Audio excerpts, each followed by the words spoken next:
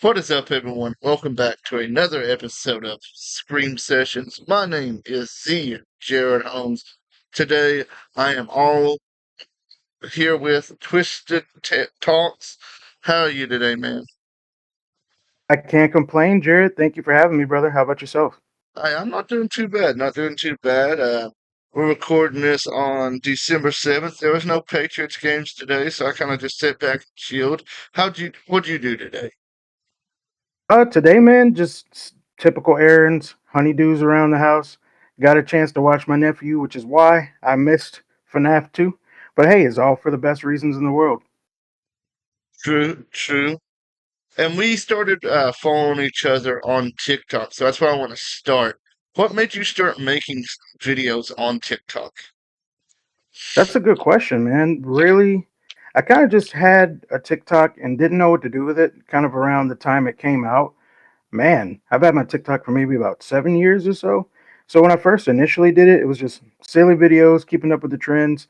And eventually I'm like, what am I doing? I could definitely put my favorite thing, which is horror, and anything spooky and scary into my craft. So that's really what made Twisted Talks gave birth to the channel, really. I started out back in like 2020 doing wrestling content. That's what I first That was started doing. dope.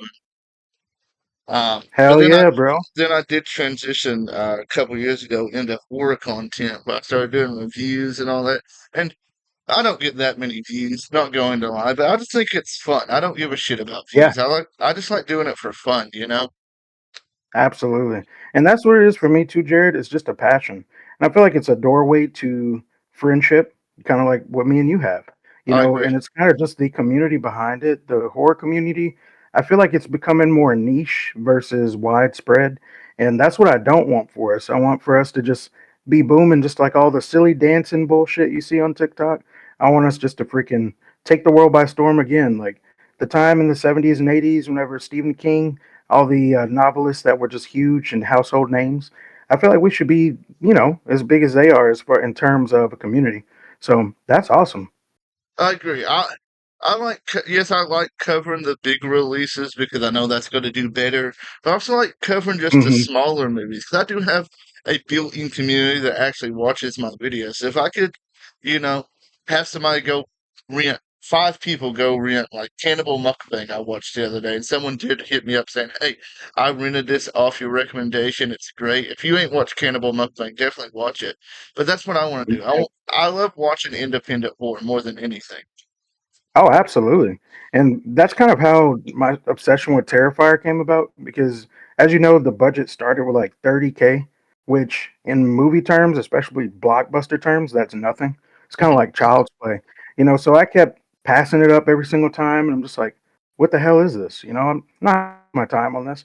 But imagine if we would think that about every single horror movie or every single indie film, like what's the name of that franchise? Like Street Trash. Imagine if we would think of shit like that in terms of that mentality. So many gems will be missed.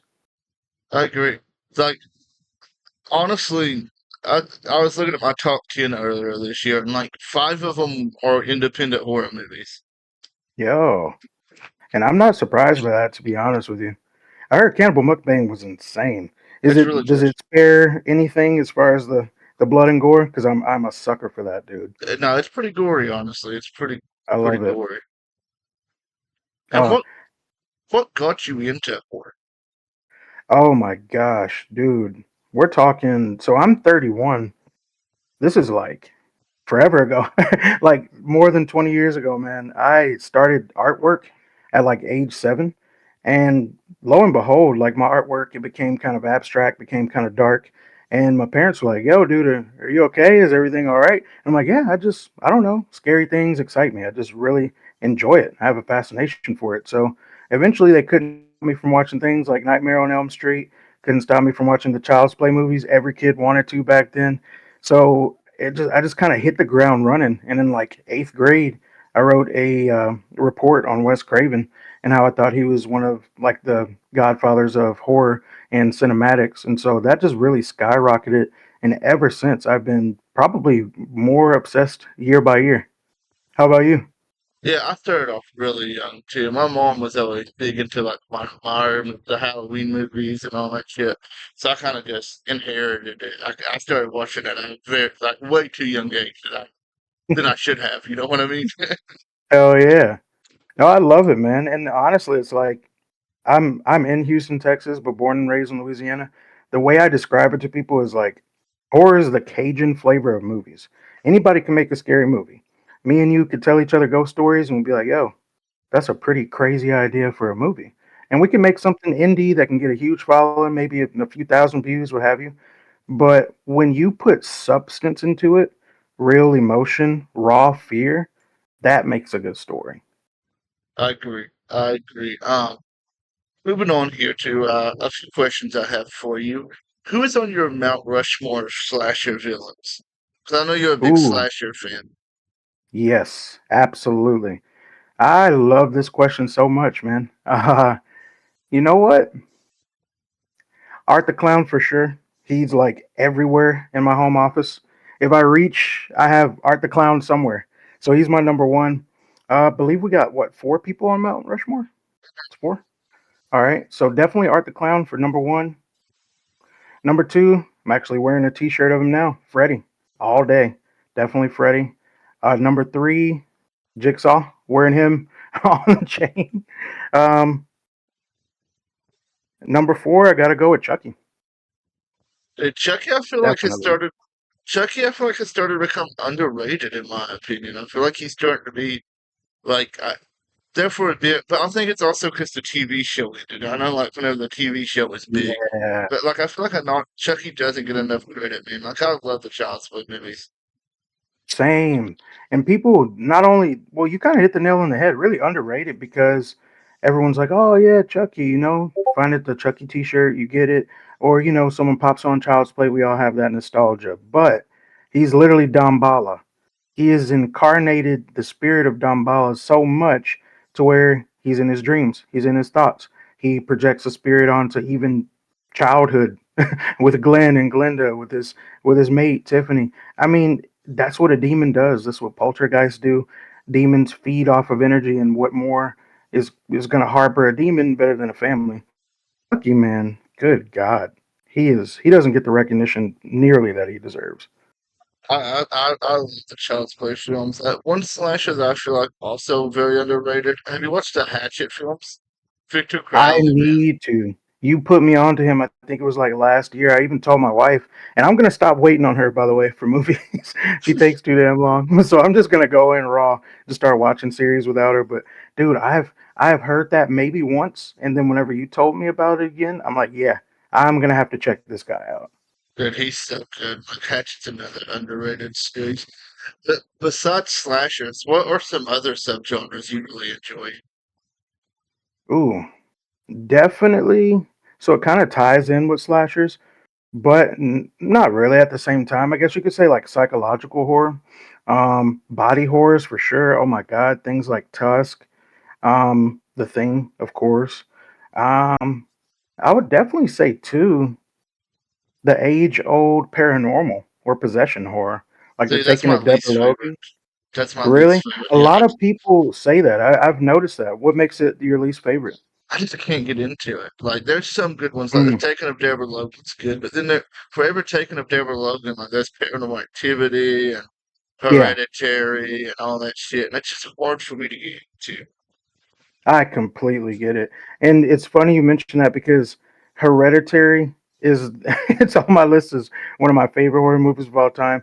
And I guess the reason why I like paranormal is for the simple fact that like I feel like that's something we all can relate to because either that or slashers in our real everyday tangible lives.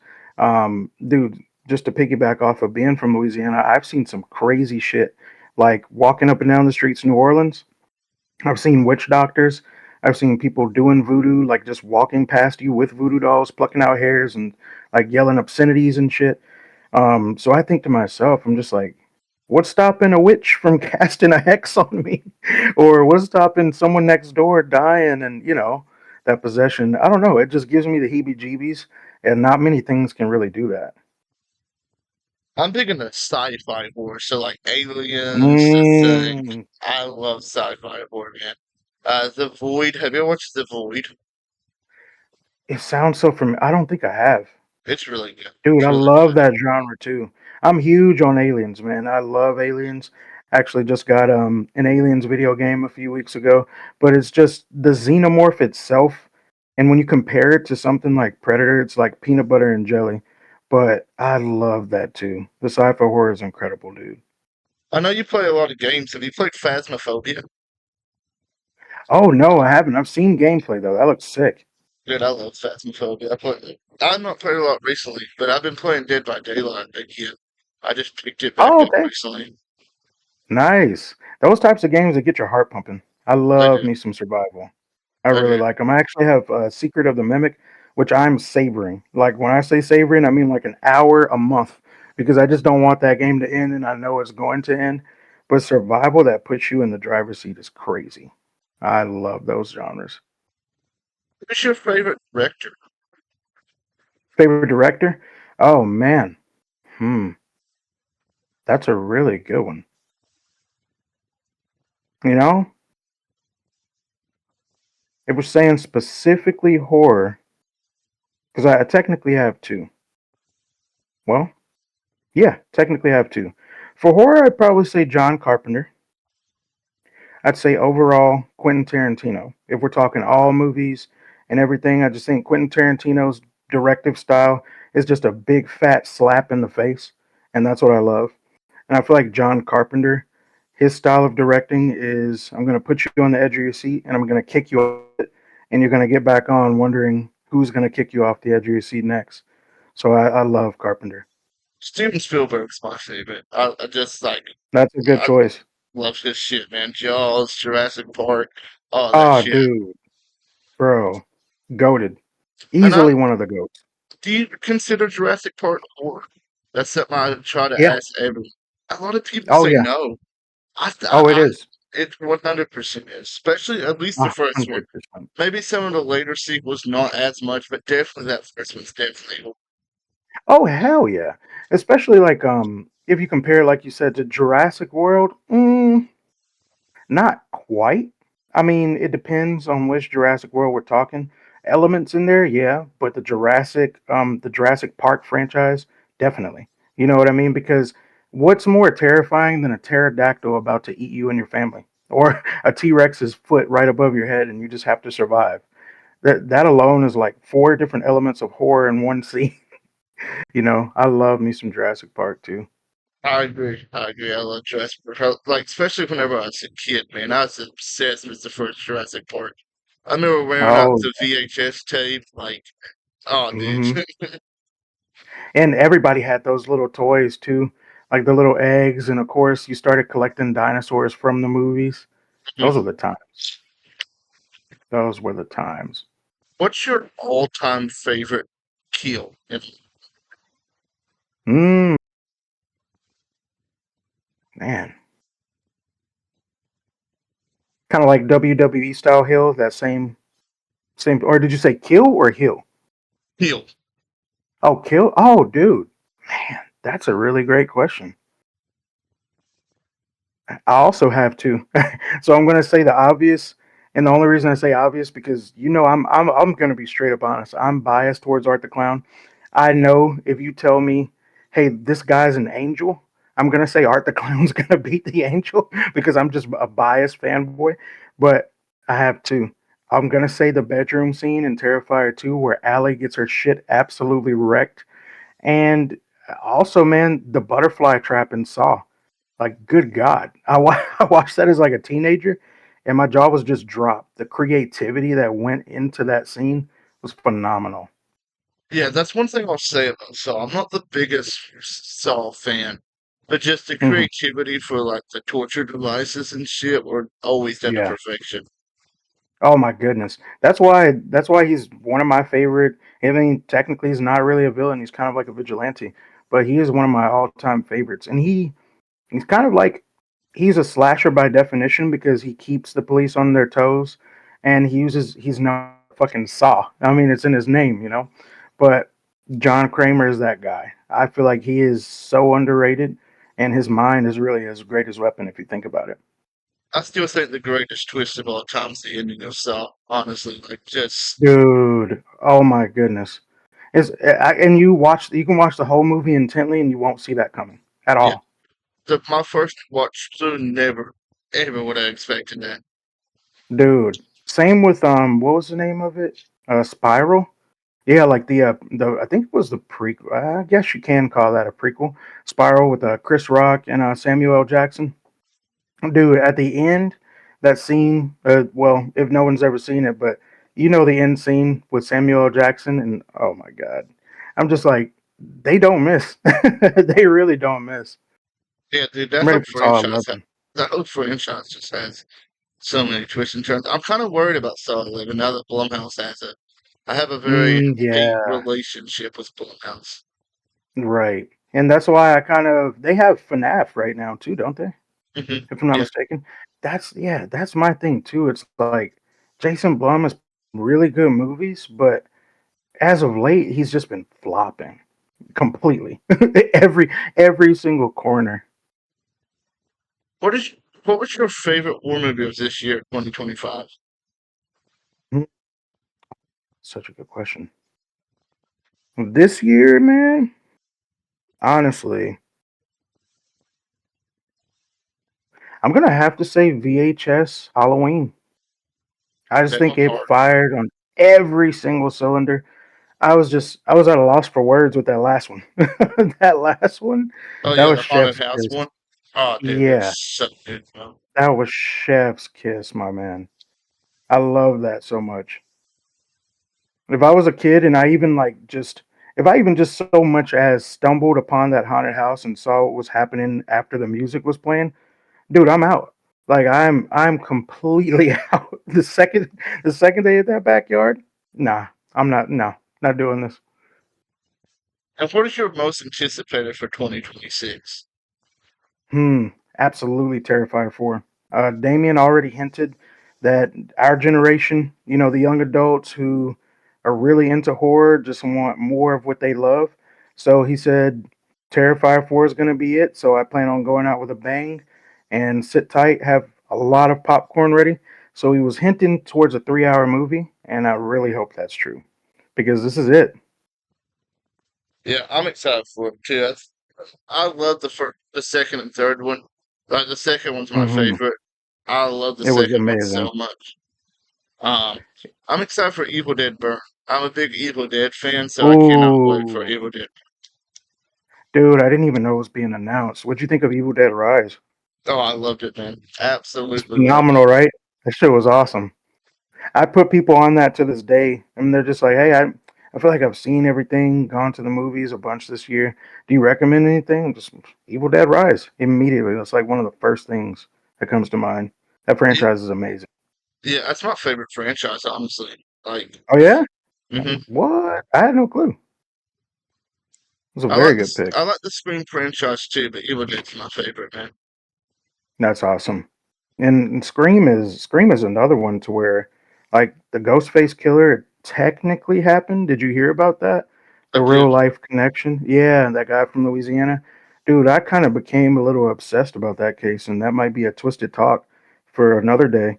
But I'm just like, that's immediately what I thought as a kid. Like, Ghostface could pop in my house at any moment, end up on my telephone, and once I kill him, it's not over. There's somebody else running around looking for me too. Do you watch any TV? Stranger Things, by chance? Oh, dude, I I am just in awe. The writing for this season is amazing. Oh, It dude. is. I'm going to Oh see my the goodness. finale, which the finale will be out by the time this goes out. But I'm going to see the finale Yeah. in the theater. Oh, it's gonna be incredible. And I saw a theory recently, Jared, that it's too good to not be true. And I'm thinking in my head, I'm just trying to disprove this theory, and I can't because the guy, he was on TikTok. I forgot his username. But what he was saying is, okay, of Vecna, how he's been really kind of picking the kids, cherry picking the kids, right, throughout the whole franchise. Okay. Now think of how many close encounters Vecna has had with each child, like 11 Max with Will. Will was the first. And think of all the opportunities he had to where he could have killed each and every one of them or killed more than he already has. So his theory was Vecna's not the bad guy. The actual bad guy is the Mind Flayer. And this entire time, Vecna has been playing Dungeons and Dragons, and he's been lining up his troops, which are Will, Eleven, and Max. And all this has been planned to strike a nerve in them so they can understand if they don't help him to kill the Mind Flayer, then the world as they know it and his powers and everything is just gone. And I'm like, dude, that might actually work. And that's a wild ass theory. It is. It is. I've seen quite a few. I've seen one earlier before I came on here that Eleven's is the villain, and I Hmm, thought it was pretty interesting. that is.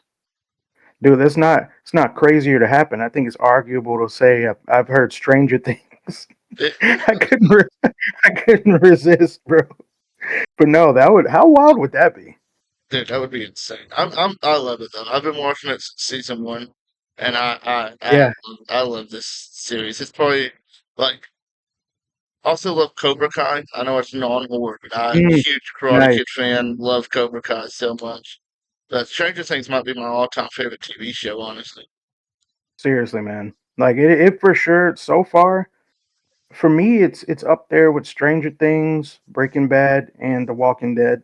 I feel like The Walking Dead somewhat redeemed itself. I have read the graphic novels. So I mean, of course, I knew, TV's always going to be different than the books, always.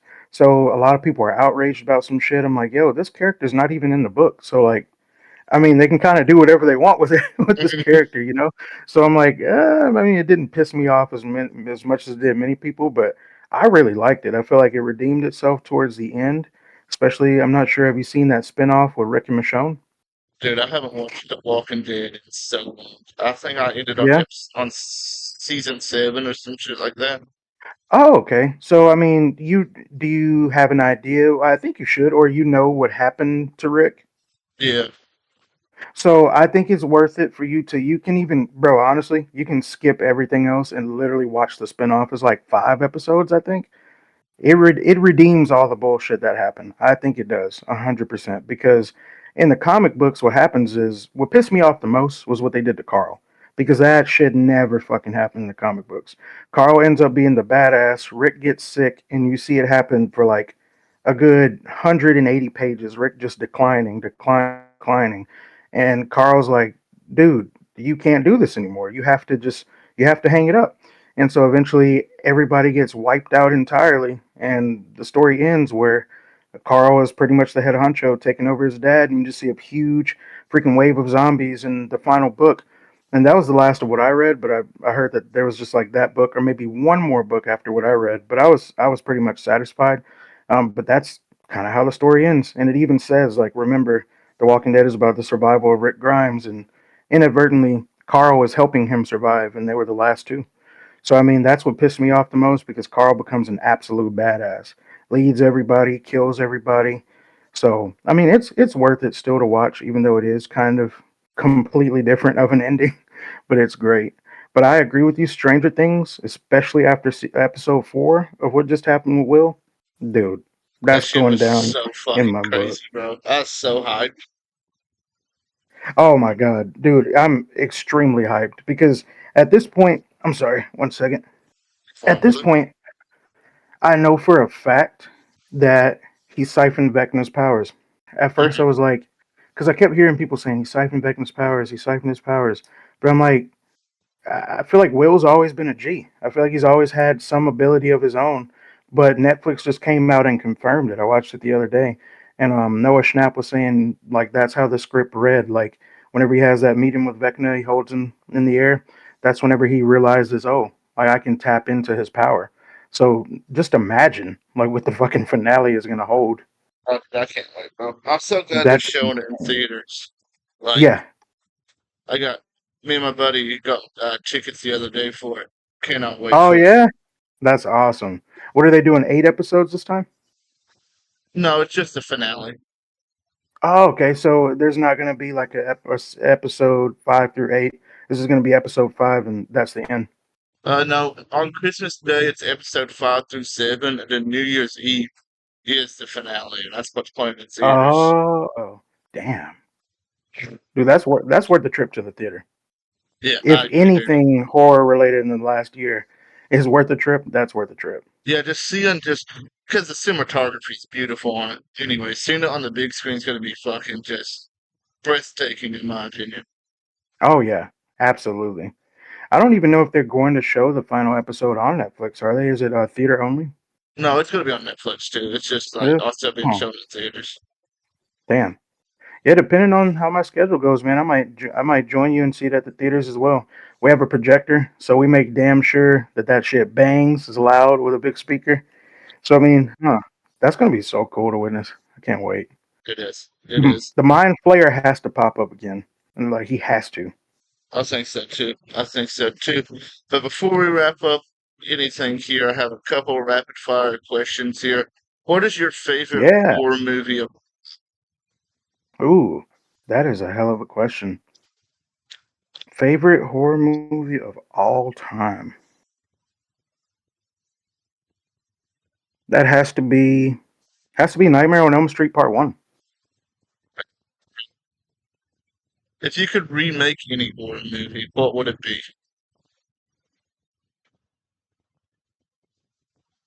One.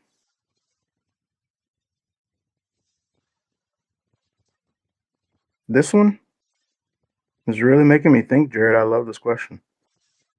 Honestly, you ever heard of Troll 2? Yeah, I have. I've never watched it, but I've heard it.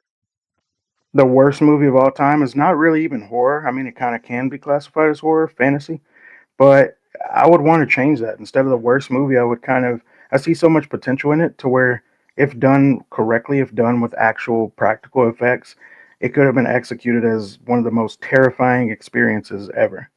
So I would choose Troll 2 to redo. Before we close out here, where can everybody follow that? Yes, sir. So I am primarily on TikTok at Twisted Talks TT. You can type in Twisted Talks, you'll see me there as well under that name. But I'm also on YouTube as Twisted Talks YT. Don't have much of a following there. Everything you want is on TikTok. Oh yeah, man. Everyone go follow him. I appreciate you coming on here, man. It Thank was a you, long man. time coming. Everything came in the way. We were Definitely. supposed to film this like 3 weeks ago, but Life happens. I'm it just does glad you gave happen. me the opportunity and super grateful for you, but also grateful for your fans, grateful for my fans, because if it wasn't for all of us like minded people, both of us wouldn't have an audience. I agree. I agree. But make sure to like, comment, subscribe, go follow him everywhere, and we'll catch you on the next one. Peace out, guys.